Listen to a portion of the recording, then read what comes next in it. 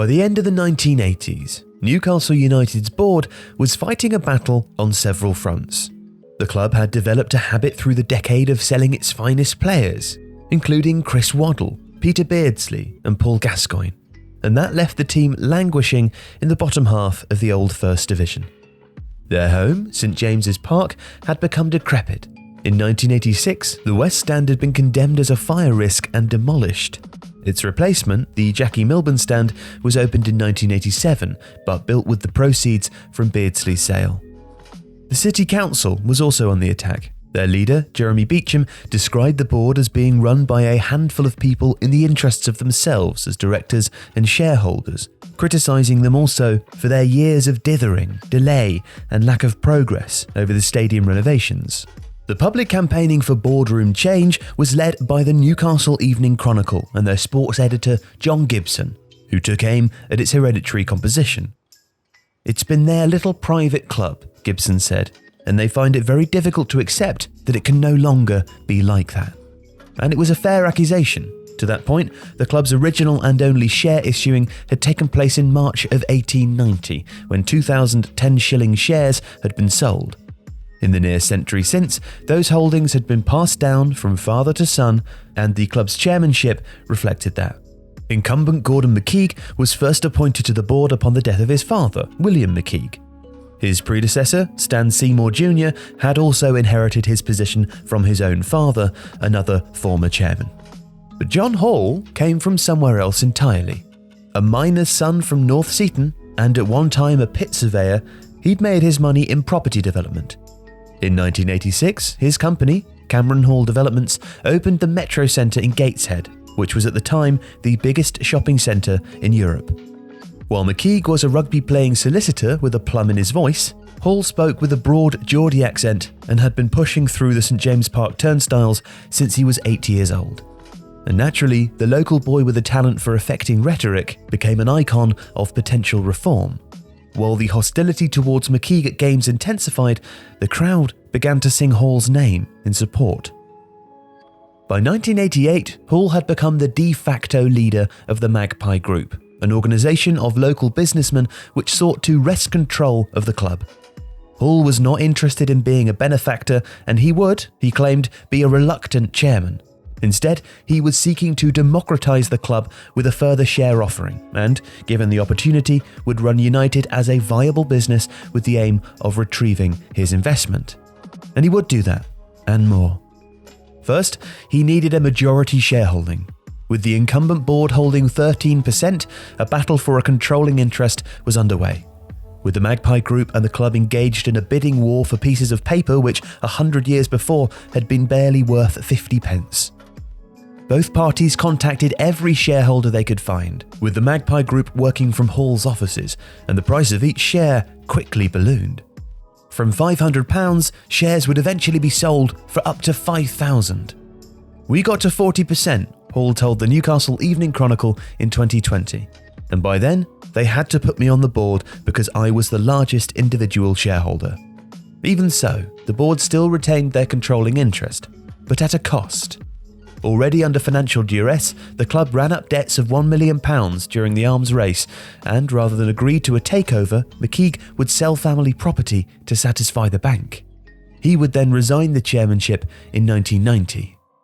In the meantime, the Magpie Group began approaching other members of the board, offering to buy their shares, and in 1991, with the bank threatening to withdraw the club's overdraft after the purchase of David Kelly, Hall had to step in to secure the club's future, seizing political control in the process.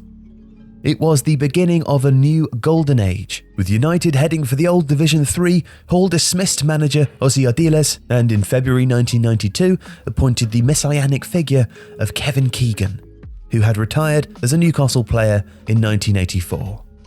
In his autobiography, Keegan recalled a club in disarray, where players had to take their kit home between games because there was no washing machine. And under him, the team survived relegation that season only by virtue of Plymouth losing to Blackburn on the final day. United would win their first 10 games in 1992-93, by which time Hall had assumed the role of chairman. Supported by Vice Chairman Freddie Shepherd and Chief Executive Freddie Fletcher, he also had his power base, and with his investment, the trend of players departing St James's Park and the North East began to change. Newcastle became a buying club. In the spring of 1993, Keegan broke the club's transfer record, signing Bristol City's Andy Cole for £2.5 million, with the club cantering to promotion and into the Premier League ahead of 1993-94. But that was just the beginning. Starting with Cole and ending with the world record £15 million paid for Alan Shearer in 1996, Hall and Keegan's ambitious Newcastle became a destination for some of the most desirable players in the game. They were also one of the finest and most flamboyant sides in Europe, finishing third in the first season back in the Premier League, sixth in 1995 and second in both 96 and 97. Between 93 and 95, St James's Park was also finally modernised. The Leazes and Gallowgate ends were rebuilt, the stadium's corners were filled in, and the capacity was increased to nearly 37,000. Hall's grander vision had been for a sporting empire, though. He owned the city's ice hockey, basketball, and rugby union teams, and his ambition was to replicate the sporting clubs found in Europe, with millions of members and dozens of revenue streams. In 1995, plans were even developed to build a new 70,000-seater stadium in Leazes Park, with St James's Park to be retracted and converted into a multi-sport and event arena. The concept would be ultimately foiled by local objections. Newcastle's own progress was checked by the decision to float the club on the stock market during the 1996-97 season. In a 2006 article by The Guardian's David Conn, it was revealed that the Hall family still owned 57% after the flotation, and that it turned out that they had put money into the club only as loans, and that the new money raised by the float, much of it from the fans who immediately lost fortunes as the share price fell, went partly to repay the family. Wounded by the club's failure to win the title in the 95-96 season, when they were famously caught by Manchester United, and disenchanted by the mixed agendas that resulted from the emerging PLC, Kevin Keegan resigned in early 1997. Sir John Hall would retire as chairman shortly after the flotation had been completed in April of that year, with Freddie Shepherd succeeding him as chairman and his son, Douglas Hall, inheriting his other business and footballing responsibilities. In further reporting by David Conn, it's estimated that, excluding salary payments, the Hall family earned £20.35 million from the sale of Newcastle United shares, and a further £13.6 million from dividends payable to shareholders and directors. In May 2007, having acquired 79.2% for just over £3 million, Hall sold his remaining 41.6% shareholding to Mike Ashley for £55 million. Hall was a local saviour, but a conservative donor. He was proud of his roots, but happy to make money from them. He was fiercely anti-Westminster in public, and yet his business empire rose on government subsidies for land development. To this day, however, he remains the primary architect of Newcastle's 90s revival. If you like today's video, you can read much more coverage of Newcastle United over at The Athletic. Particularly Along Came Ashley, the story of Mike Ashley, in which The Athletic spoke to his colleagues, peers, rivals, staff members and fans about the owner and his history, and George Culkin's behind-the-scenes insight on what Newcastle's prospective new owners plan to do first. And you can get a 90-day free trial to do so by using the sign-up link in the description. Tifo is proud to be a part of The Athletic.